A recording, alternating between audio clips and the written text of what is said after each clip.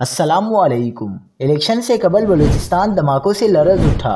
کوئٹہ، تربت اور جعفر آباد میں دھماکے، پرتشدد واقعات کے بعد ملک بھر میں عام تعطیل کا اعلان۔ کیا آپ حالات حاضرہ سے آگاہی حاصل کرنا چاہتے ہیں؟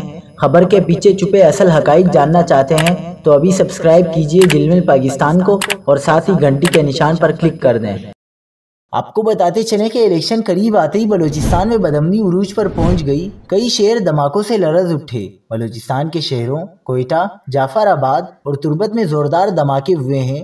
بدامنی کے واقعات میں ایک شخص جاں بحق اور 3 افراد زخمی ہو گئے، جس کے باعث صوبے بھر میں خوف و ہراس پھیل گیا۔ دوسری جانب ملک میں رواں ماہ ہونے والے عام انتخابات کے سلسلے میں 8 فروری کو عام تعطیل کا اعلان کر دیا گیا ہے۔ الیکشن کمیشن آف پاکستان نے 8 فروری کو عام تعطیل دینے کی منظوری دے دی، جس کا نوٹیفیکیشن بھی جاری کر دیا گیا ہے۔